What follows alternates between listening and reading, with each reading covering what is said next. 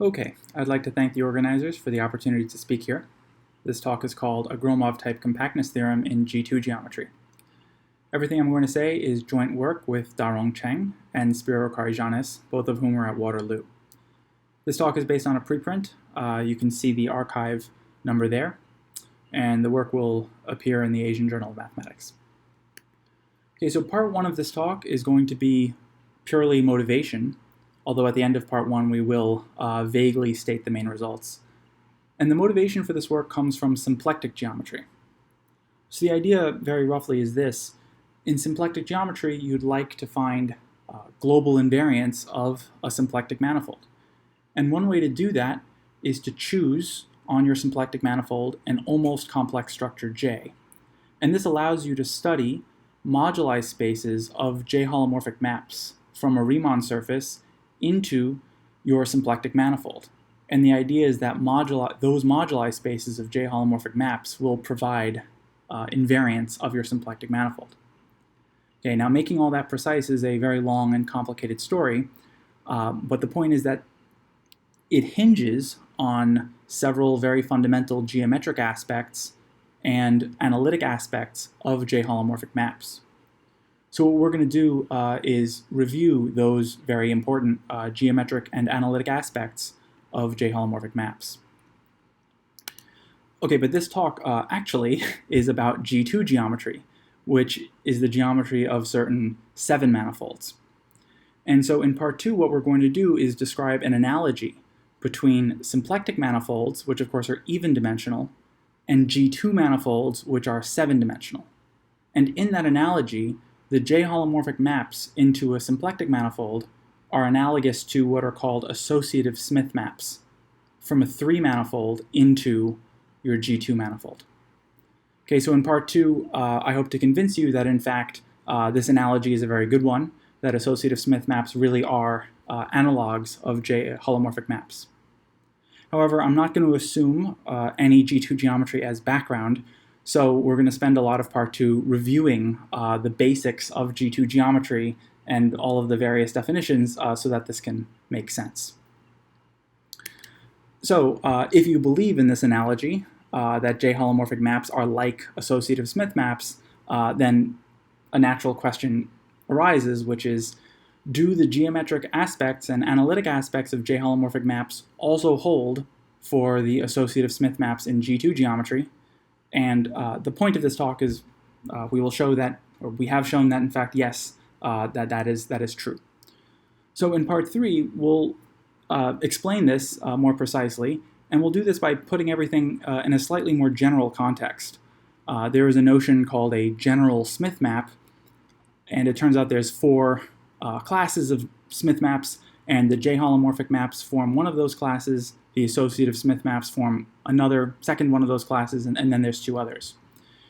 And these were defined by Smith in his 2011 PhD thesis, and what he showed was exactly that the geometric aspects of the J-holomorphic maps hold more generally for all 4 classes of Smith maps. And what we're going to demonstrate is that, in fact, the analytic properties of J-holomorphic maps also hold more generally for all 4 classes of Smith maps as well, in particular for the associative Smith maps in G2 geometry. Okay, so let's get started. Let's get started with the just some background on symplectic geometry via J-holomorphic maps. But let's begin by setting some terminology. So let's say you have an almost complex manifold. By necessity, it's even-dimensional. Its almost complex structure will be called J. That's an endomorphism of the tangent bundle whose square is minus the identity. So a submanifold of M of real dimension 2 is called a complex curve if all of its tangent spaces are J invariant. Okay, so if V is in the tangent space, then JV is also in the tangent space. Okay, notice that this is a concept for submanifolds. A related definition, but not quite the same, is the concept of a J-holomorphic map. So let's assume now that the surface sigma, real surface sigma, is equipped with a complex structure little j. Okay, so sigma is now more than just a real surface, it is now a Riemann surface. And let's say a map U from the Riemann surface sigma into M, we'll say that that's a J-holomorphic map if it satisfies the Cauchy-Riemann equations, okay, written there. Okay, notice that J-holomorphic maps, can be constant maps, right? In fact, every constant map is a J-holomorphic map. Okay, so these things need not be immersions. However, when they are immersions, then their images are complex curves. So that's a relationship between these two definitions. It's important in this talk to distinguish between the submanifolds and the maps. This is often not done as much, but I think this is an important distinction. In particular, one often uses the term holomorphic curve or pseudo-holomorphic curve for one or both of these two concepts, but to avoid confusion, I'm going to avoid the term holomorphic curve or pseudo-holomorphic curve completely, even though that's probably the standard term for one or both of these concepts. I should point out also that in real dimension 2, choosing the almost complex structure little j is equivalent to choosing an orientation and a conformal structure. And so under that isomorphism, little j is basically just the Hodge star. So you could, if you wanted, write the Cauchy-Riemann equations in this form where little j is written with the Hodge star. That might seem like a little bit of an odd thing to do, but well, you'll see why we do this later. This is the form that we're going to try to generalize. In particular, I'm going to do something idiosyncratic and refer to, sort of use the Hodge star as notation for the orientation and conformal structure on sigma. So I'm going to use the Hodge star in place of little j. The reason for this will be clear later. Okay, so how does this relate to symplectic geometry? So the idea is this. Let's say you have a symplectic manifold, M omega. By Darboux theorem, M omega has no local invariance, so you have to look for global invariance. And so one way to do this is due to Gromov in his 85 paper. So we're going to choose an almost complex structure J on M omega that is compatible with omega. And there's a couple things you can mean by compatible. I'm going to choose a somewhat restrictive notion, which is that H, as defined there in the slide, is a Riemannian metric. Okay, so that means in particular that H is positive definite and symmetric, and that amounts to some conditions on omega, so omega has to preserve J, and it has to be what's called, J has to be omega tame. That's that second condition here. Okay, in addition to J, we're going to choose a homology class A in M. And the idea, very vaguely stated, is to study moduli spaces M sub aj of J holomorphic maps whose homology class is A. And the idea is that those moduli spaces should somehow yield symplectic invariance. So in doing so, you hope for three things. First, you hope that your moduli space is compact, but that's not really going to be true in practice. So what you hope for instead is that you can define some natural compactification. And the point is that you want to really understand this compactification. You want it to be the case that when you kind of throw in the boundary, the boundary consists of objects that you really understand. Okay, you want to have a deep understanding of the elements in the compactification. Second, you hope that the moduli space is smooth and of the expected dimension predicted by some index theorem, at least when J is chosen generically. And third, you want to somehow extract invariants that are independent of J, and so essentially depend only on the symplectic structure. Okay, so there are, in fact, now precise versions of 1, 2, and 3. Okay, these are known, and they underlie Gromov-Witten theory. Making this all precise, like I've said, is a very involved technical undertaking, and that's certainly not what we're going to talk about today. That would take a very long time, and I am not a symplectic geometer.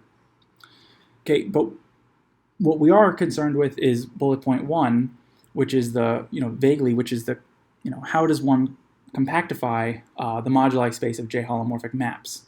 And to do that, one has to understand how sequences of J holomorphic maps might fail to have convergent subsequences. Right? And so that's sort of the idea of what it is that we're concerned with.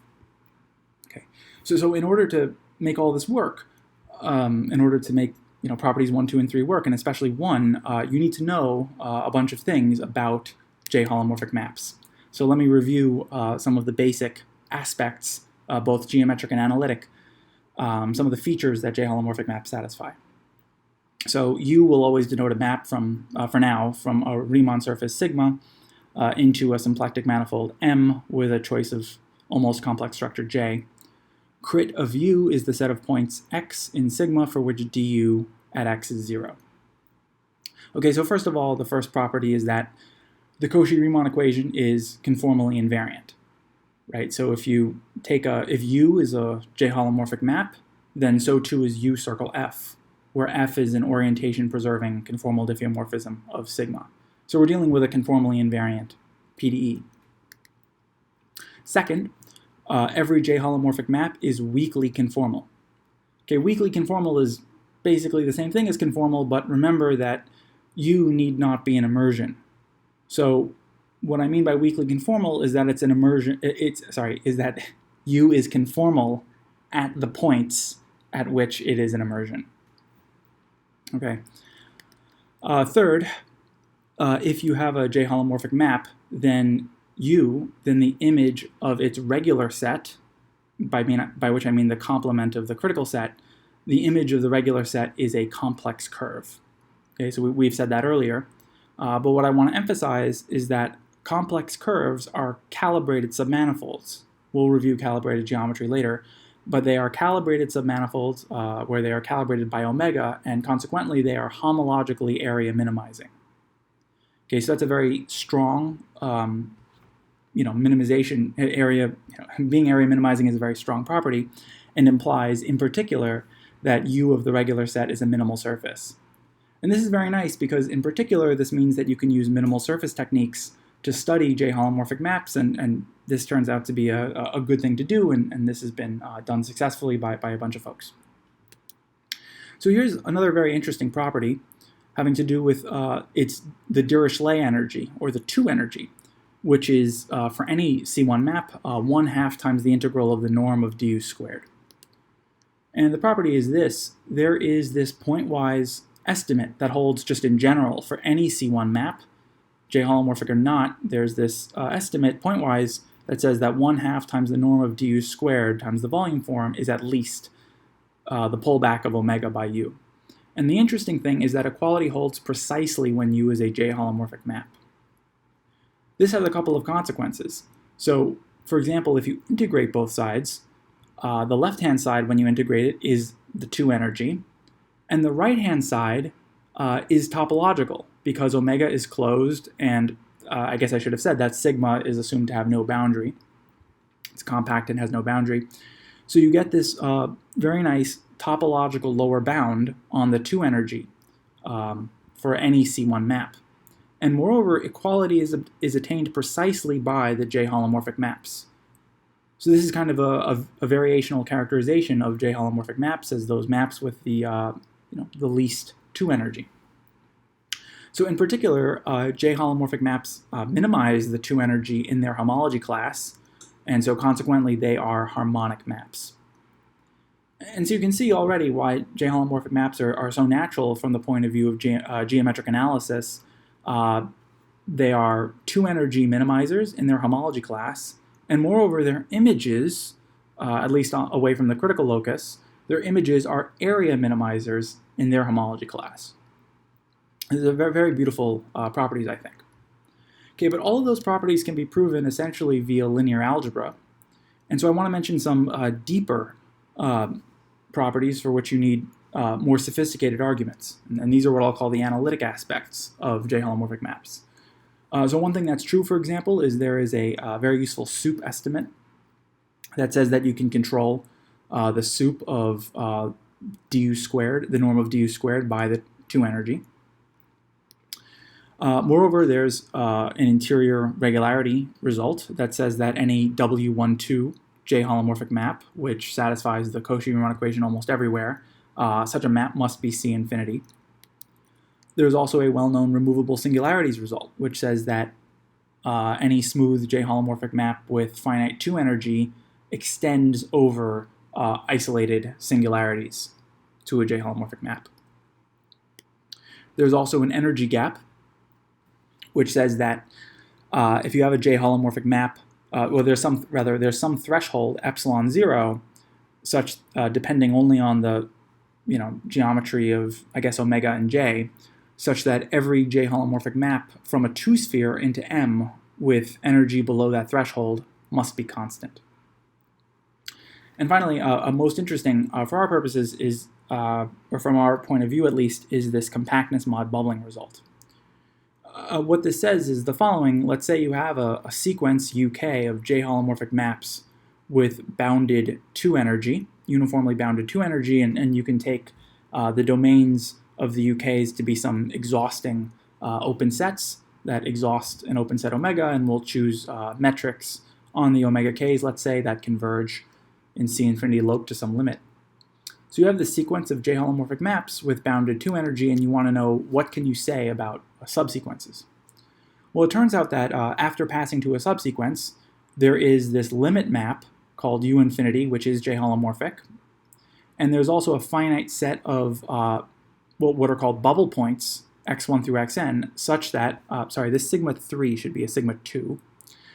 So there's this finite set of bubble points such that the UKs converge to U infinity in C1 loc away from the bubble points. And so then the question is, how does the convergence work at the bubble points? Well, there's a convergence as radon measures. Okay, so the measure associated to UK, that's, or DUK rather, DUK squared times the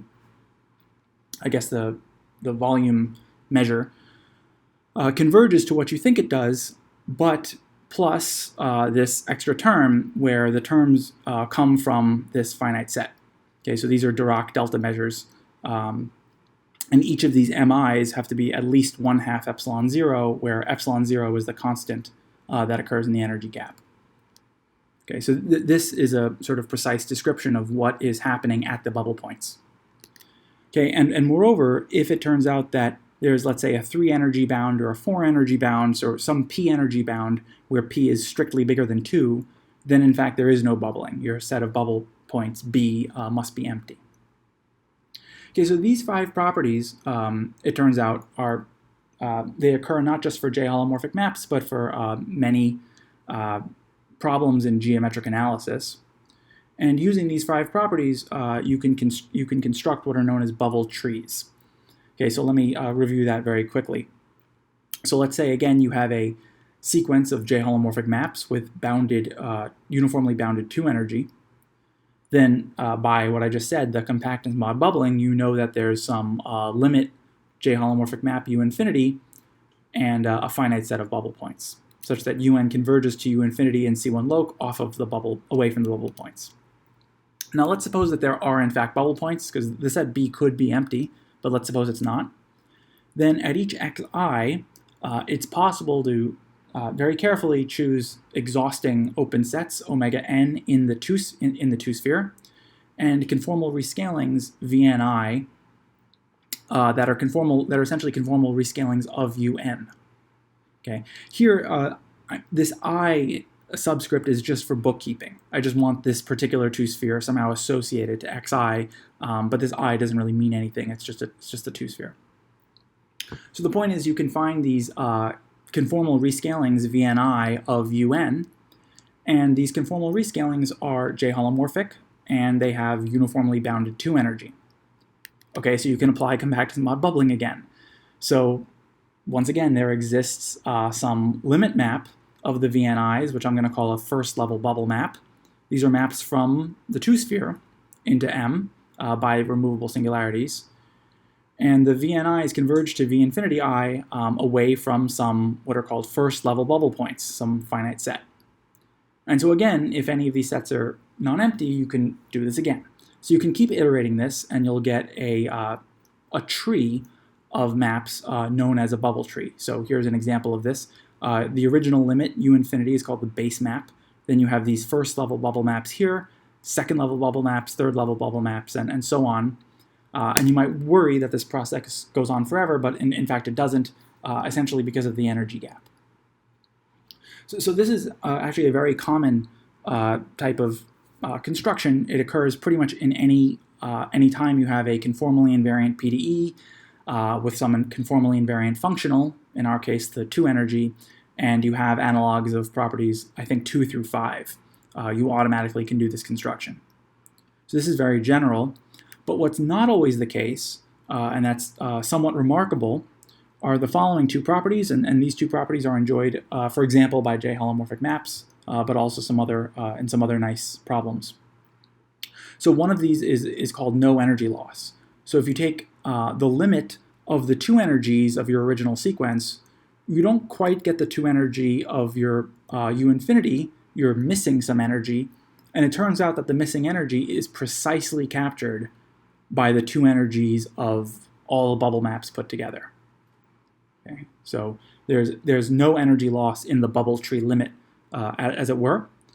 And moreover, the image of the bubble tree, so that's the union of the images of all of the maps that you see here, that set has no necks. Okay, there's a precise meaning of that. I won't go into it, but it implies in particular that this image set is connected, and this is a very, very nice property for your bubble tree to have. So all of this is by way of motivation. Okay, what is this talk actually about? In this talk, we're going to be interested in 7 manifolds, M7 with a G2 structure. And we're going to study maps known as associative Smith maps from a 3-manifold into M7. And these are, as I'm going to argue in the next part, I'm going to argue that these are analogs of J-holomorphic maps. And what Smith showed in his PhD thesis is that the associative Smith maps satisfy analogs of all 4 geometric properties that I mentioned earlier. So the PDE that they satisfy is a conformally invariant PDE.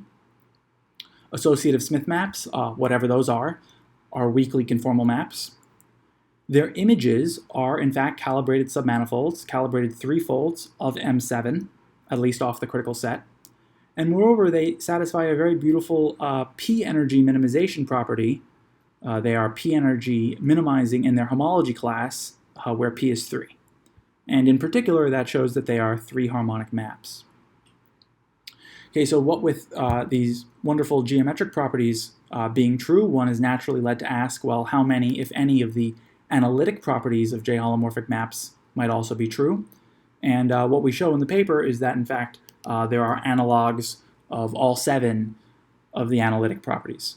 Okay, so all 7 of there are modifications of all 7 of those that hold for associative Smith maps. So there's a soup estimate, there's an interior regularity result, removable singularities, an energy gap, and a compactness mod bubbling result, and that lets you again construct a bubble so sequences of associative Smith maps with bounded 3 energy yield bubble trees after taking subsequences appropriately. And these bubble trees that appear in this subsequential limit again experience no energy loss in the limit, and the bubble trees have no neck. Okay, so this is the main result of this talk. We're going to come back to this at the very end, and we will state these properties very precisely and carefully. Okay, but what we need to do in the immediate is review G2 geometry, since that's not maybe familiar to everybody. And in particular, I need to say what is an associative Smith map, and why should you feel that it is genuinely the analog of a J-holomorphic map. So that's what we'll do in part 2.